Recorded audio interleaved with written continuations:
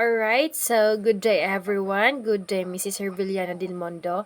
So, I am Mariel Yeras. I am going to continue the discussion of Miss Barcinal. So, now, I am going to tackle about the Education 4.0 in the school curriculum. So, Education 4.0 in the school curriculum. So, uh, it includes the Industrial Revolution and Education 4.0. Education 4.0 is a response to Industrial Revolution, or the Industrial Revolution is the fourth Industrial Revolution. So, um, according to Schwab, the founder and executive chairman of the World Economic Forum, the International Organization for Public-Private Cooperation describes an industrial evolution as the appearance of new technologies and novel ways in perceiving the world that trigger a profound change in economic and social structures. So when we say industrial evolution, it is the rapid development of industry. It was brought about by the introduction of the machinery. So it was characterized by the use of steam power, the growth of factories, and the mass production of manufactured goods. So according to Soab, the founder and executive chairman of the World Economic Forum, so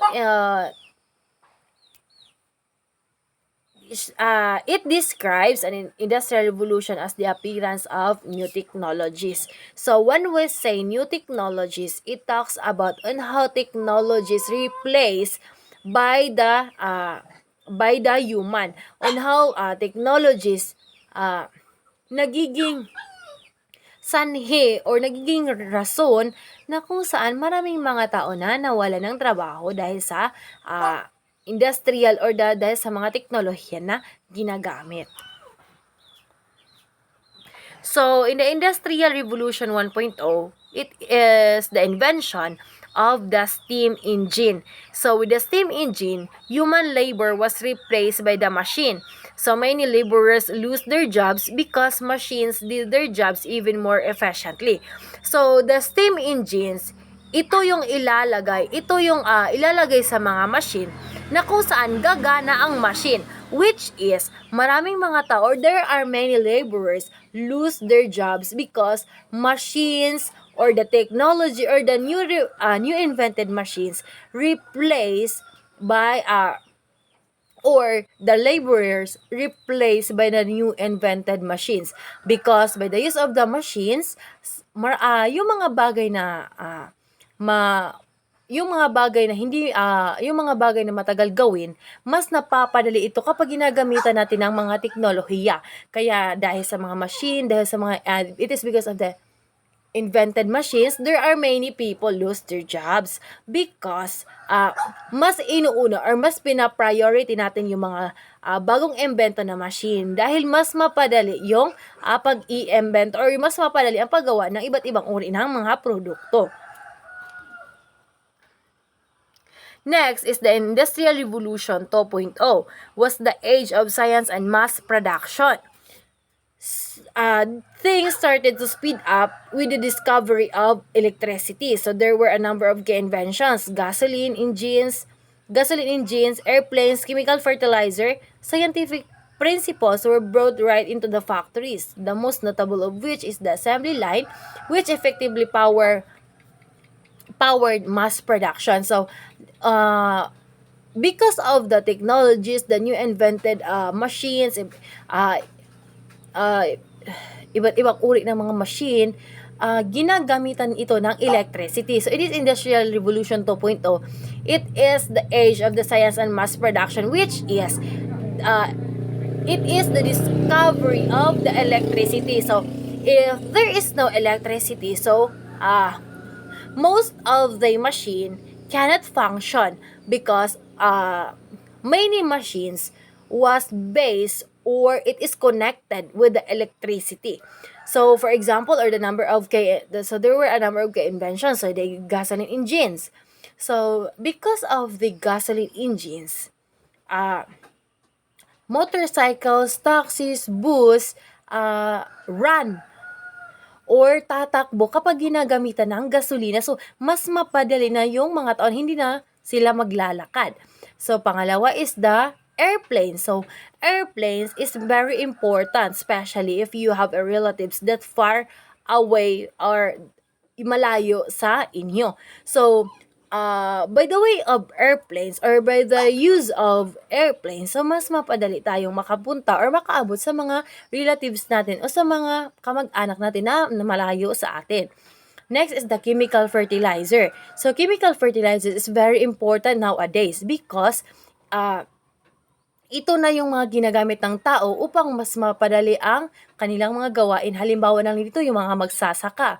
So, mas mapadali nila kapag ginagamitan nila yung mga damo, kapag ginagamitan nila ito ng mga iba't ibang uri ng chemical fertilizer, mas mapadali itong mamatay yung mga damo or the grass. So, it is easy to dry the grass if the people using chemical fertilizer. So, scientific principles were brought right into the factory. So, the most of which, the assembly line, which effectively powered by the mass production. So, next is the Industrial Revolution 3.0. So, it's the digital revolution.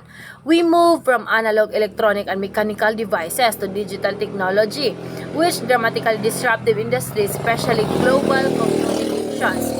We are enjoying the blessings of digital revolutions, computers, cell phones. So, hindi na lingid sa ating mga kaalaman na ngayon na all of us or many of us or siguro lahat na siguro may mga cellphones na. Kahit na bata pa marunong na mag-cellphones, parang naging bahagi na ng buhay ng tao ngayon na magkakaroon ng cellphones, computers, iPads na kung saan iba't ibang uri ng mga digital technologies which that people is ginagamit ng mga tao para mapadali ang isang bagay. So ngayon ini-enjoy na natin ang paggamit ng teknolohiya. Nakalimutan na natin ang mga nakagawian natin noong unang panahon. Especially, for example, before, our ancestors or ang ating mga ninuno is gagamit lamang sila ng papel at saka yung yung ink lang para magsulat at pag may gusto silang isulat at ibibigay sa mahal nila sa buhay na nasa malayo. Pero ngayon, dahil sa mga bagong imbento ng mga digital technologies, mas napadali yung pagbibigay na ng mensahe through chat na lang, through messages na lang, through marami nang naging bagay or marami ng mga digital technologies na mas pinadali yung mga tao. So, for example, dahil we are now living in the 21st century, which is technology was surrounding us. So, the demand of the children or the demand of the students, especially we are suffering before the pandemic. So, by the use of the digital technologies, still we can communicate each other. Still we can communicate between teacher and students. So, still we continued our classes even we are not in one room. So, it is very important nowadays, the digital technologies. But be careful that the digital technologies have also a disadvantages which can also ruin our lives.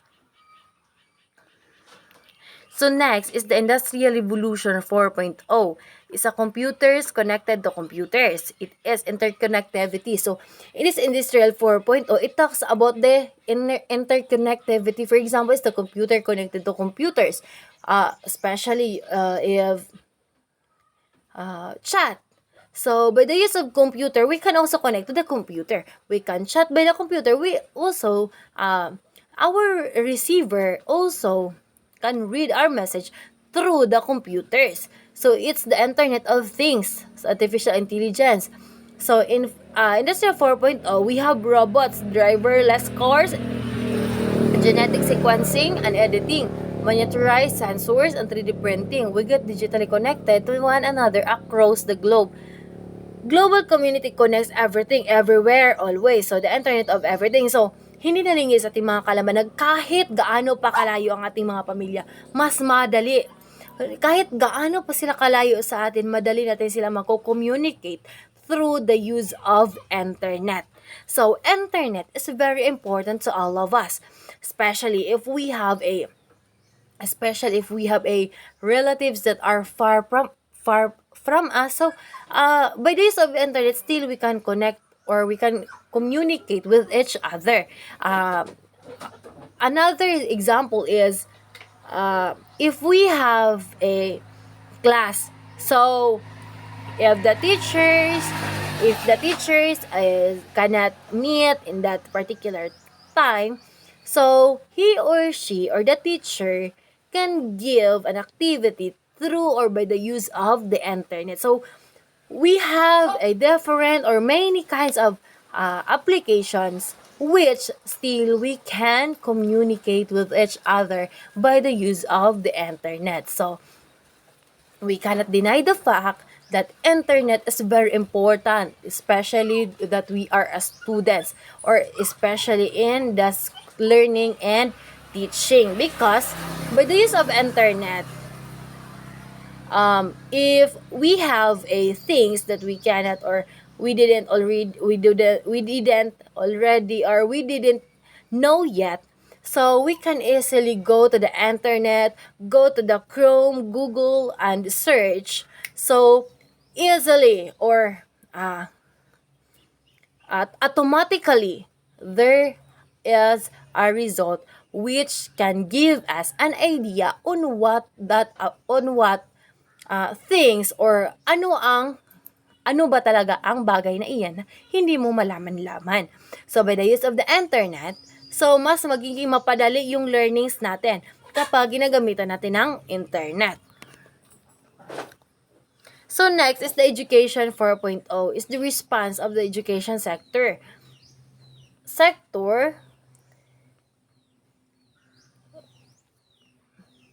To all the changes brought about Industrial Revolution 4.0. So, schools have no choice but to respond to the dramatic changes brought about by the Industrial Revolution 4.0 if they have to be relevant. So, in this Education 4.0, the response of the education sector to school to all the changes brought about by the Industrial Revolution. So, schools have no choice. So, especially that we are now living in the 21st century, which is technology was surrounding us. So, there are a lot of things that it can be, there are a lot of things that the solution is all about the technology. So, we need to accept the reality that technology is very important to all of us. We need to accept the changes brought by the technologies, because we need also to base on the demands of the curriculum. If the curriculum needs and technology, so we as a students or the schools needs to follow about on what curriculum kung ano ang curriculum na ibinibigay. So for example,